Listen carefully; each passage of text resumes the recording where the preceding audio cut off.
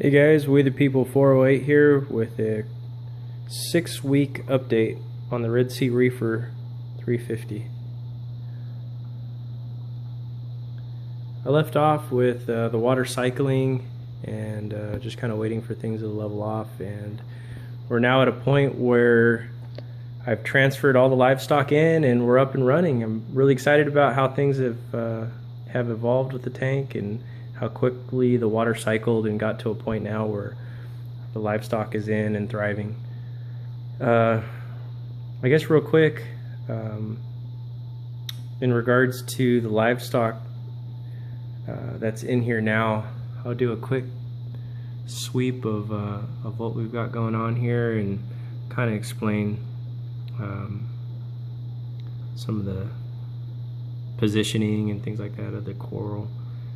Things are kind of in a staging point right now until I can figure out where everything is going to be planted and where I want things to grow. But in the meantime, I've got a few things here at the bottom that I plan on giving away to a few friends that are getting into the hobby, especially these little boogers here. I plan on getting rid of that. And some of the frags, like this here, is going to go to a friend of mine. But I've got about 9 different zoas in there that I won in a raffle. It was awesome. I just went to a local frag swap just to attend and see, not really to participate, just to see what it was like. And I donated some money, got some tickets, and ended up winning a raffle. It was cool.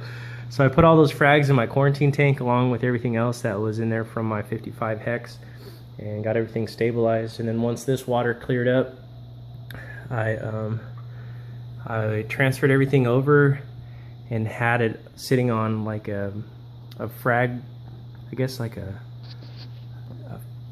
frag plate or whatever, and didn't have anything planted or installed where I wanted it to, but in different areas.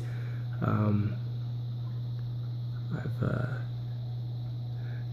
got them, strategically placed throughout the tank so that once they fill in, hopefully in this whole valley here in the middle, I just want it to be full of color, similar to how this here is taken off. This is from my last tank. I would like to see just tons of color.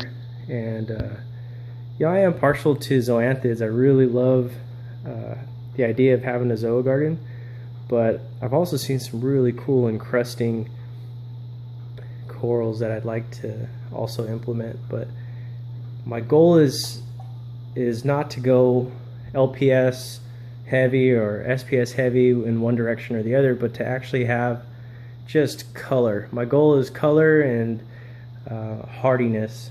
As this tank is so juvenile right now, it's definitely not mature, and so I want to get some hardy, colorful, eye candy corals that are pretty easy to take care of and will show nicely here in my living room. So that's kind of the goal. I'll provide a list of what I currently have at the end of this clip. I'll show what livestock I have and all the corals I have and inverts on a list, and then I'll also show what the water parameters are like right now. A couple upgrades that I want to have done in the future are the lighting. I have a rapid LED onyx up there, and I like it, and it's working, it's doing its job, but I'd need 2 of those to cover this width of a tank, so I'm leaning toward upgrading to the Kessel AP 700 in time, and hopefully in a few months after I save up a little bit. So I'd like to have, you guys can see the light shines on the outside, but just not very intensely, and I'd like to be able to grow on all 4 corners of this tank and get some life out here on the outside. It's not just in the valley there, but it'd be really nice to have some color and just kind of have some stuff to look at throughout all levels of the tank, all elevations and corners. And that's my goal, is just to have something to come home from work to and something I can zone out on. But I'm sure you guys can all relate to how expensive this hobby can be, and I just want to play it smart. I'm on a budget, and I've spent a lot of money lately on this thing, and I just want to kind of level off my expenditures and play it smart. So I think in time I'll upgrade the light to the Kessel AP700. Hopefully the price drops on that here in a little while. And also want to upgrade my skimmer. So let's take a look down underneath. So a few changes I've made since the last clip is actually only a couple changes. I've added a cheap Refugium light, just a work light with a nice bulb in it. It's a LED, I think it's a 5100K 850 lumen LED bulb that was about 20 bucks at Home Depot, and then a cheap light to house it. It's clipped on to up there, and it's pretty secure. I bumped it a few times and it stayed put. Shining down on some Chaeto that I picked up yesterday, and I've got some live rock rubble curing in a bucket in the dark. So once that goes through a cycle, I'll add it underneath the Chaeto, so it'll give some good places for copepods to multiply and hide in and make their way up to the tank. So as that establishes and grows and advances, I'll take off the filter socks and this filter media, and also take off the filter media in front of the return pump, just to ensure that anything sucked up into the main display and then returned down into the display can have a chance to make it and multiply. But the skimmer's doing pretty good.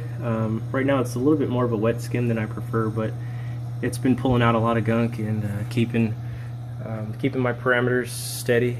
So far so good with this. I definitely want to upgrade it to a skimmer that has a footprint of probably 8x8 or less, and I think that'll be in a couple months, so I'll upgrade that. So if you guys have some suggestions or had some success with a skimmer around that size range, I'd like to get it for maybe to cover 200 gallons or so.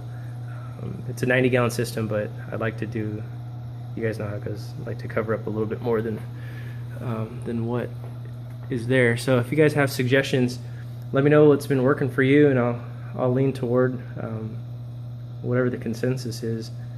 So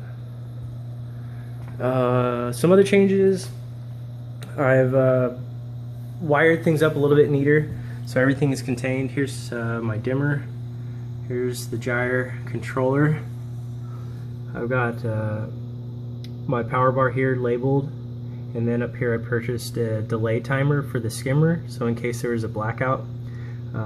As you guys know, when there's a blackout, everything dies out, the water level in the sump will raise up, and then when the power would come back on, the skimmer would be running in a lot deeper water, so it would just basically overflow all that gunk back into your system. So this is a 5-minute timer that will basically just wait until the water levels back to normal conditions and then turn back on. And it's a good addition. It'll save me hopefully some money in the future. But I'm dosing Kalkwasser right now in my auto top off, and like described in my other videos, I've got a tube running up there, and it's run off the smart auto top off system, which has been going pretty good. But ever since I've been dosing Kalkwasser, I've noticed a buildup here, which will sometimes dilute the clarity of the eye, so I have to remember to periodically clean the eye of the smart auto top off. Otherwise it will not register a low water level. So that is one downfall of going this route and expanding the capacity of the auto top off. So something to add to the husbandry of the tank. But anyways, here's the update. 6-week update. Things are going pretty good. I'm happy with how things are going. It's really young at a really young point of the tank, of course, but I'm just really looking forward to having just an explosion of color throughout the tank and some eye candy.